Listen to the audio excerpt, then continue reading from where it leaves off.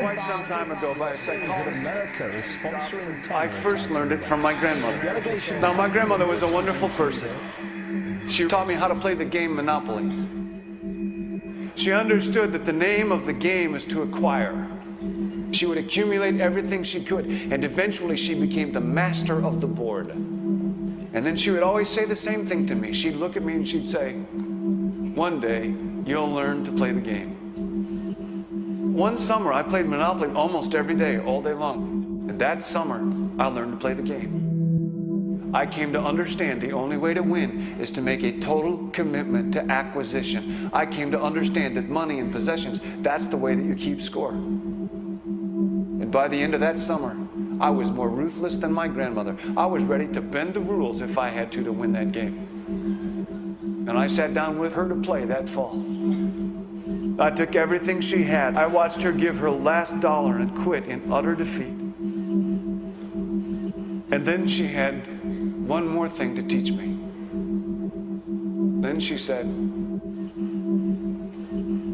"Now it all goes back in the box."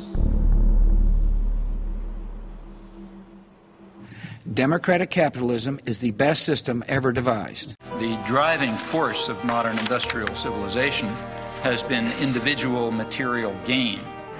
Now, it's long been understood very well that a society that is based on this principle will destroy itself in time.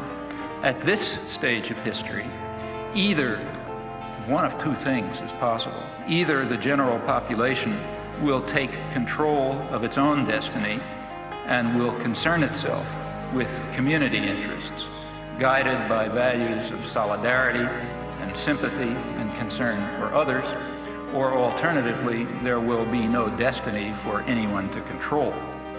As long as some specialized class is in a position of authority, it is going to set policy in the special interests that it serves. You have to ask yourself, when you finally get the ultimate promotion, when you've made the ultimate purchase, when you buy the ultimate home, when you have stored up financial security and climbed the ladder of success to the highest rung you can possibly climb it, and the thrill wears off, and it will wear off, then what? How far do you have to walk down that road before you see where it leads? Surely you understand, it'll never be enough. So you have to ask yourself the question, what matters? Which say that we should not be forced simply to rent ourselves to the people who own the country. Rather, we should play a role in determining what those institutions do. That's democracy. Unless we move in that direction, human society probably isn't going to survive. It's the only hope that I can see that other values will come to the fore. I mean, if the society is based on control by private wealth, it will reflect the value that the only real human property is greed and the desire to maximize personal gain at the expense of others. A small society based on that principle is ugly, but it can survive. A global society based on that principle is headed for massive destruction, and that's what we are. You have the emergence in human society of this thing that's called the state. What is the state? The state is this organized bureaucracy. It is the police department. It is the Army, the Navy. It is the prison system, the courts, and what have you. This is the state. It is a repressive organization. Systems that are operating currently are in a state of dissolution, and that people need to become aware of that and to stop living lies, really. That system is our enemy. When you're inside, you look around, what do you see? Businessmen, teachers, lawyers, carpenters, the very minds of the people we are trying to save. But until we do, these people are still a part of that system, and that makes them our enemy. You have to understand, most of these people are not ready to be unplugged. And many of them are so inert, so hopelessly dependent on the system, that they will fight to protect it. The question is whether privileged elites should dominate mass communication to manipulate and deceive the stupid majority and remove them from the public arena. The question, in brief, is whether democracy and freedom are values to be preserved or threats to be avoided.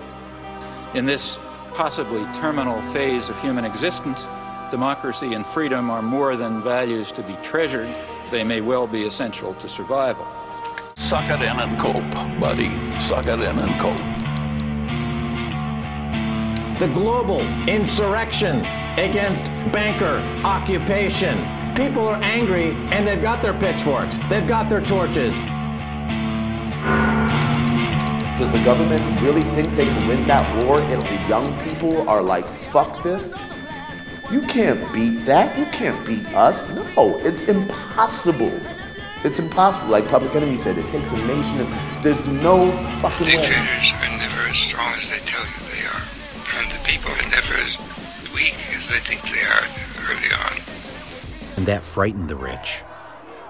Because off in the distance, they heard something coming. And it wasn't another dry martini. It was the friggin' people. I will not stand by and just watch. People of the Middle East, like people everywhere, are seeking a chance to contribute and to have a role in the decisions that will shape their lives. Leaders need to respond to these aspirations and to help build that better future for all. They need to view civil society as their partner, not as a threat. I'm not moving! I'm not moving! We are against violence, and we would call to account the Iranian government that is once again using its security forces and resorting to violence to prevent the free expression of ideas from their own people. Instead of respecting the rights of his own people, Gaddafi chose the path of brutal suppression. Innocent civilians were imprisoned. I have not been read my rights. I have not been told why I'm being trained. It is the responsibility of the government of Libya to respect the universal rights of their own people, including their right to free expression and assembly. You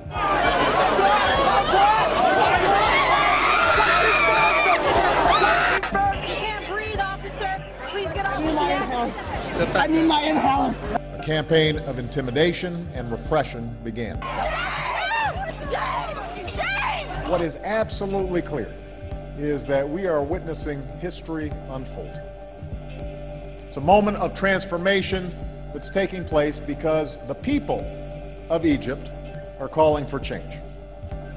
They've turned out in extraordinary numbers representing all ages and all walks of life. But it's young people who've been at the forefront. A new generation, your generation, who want their voices to be heard.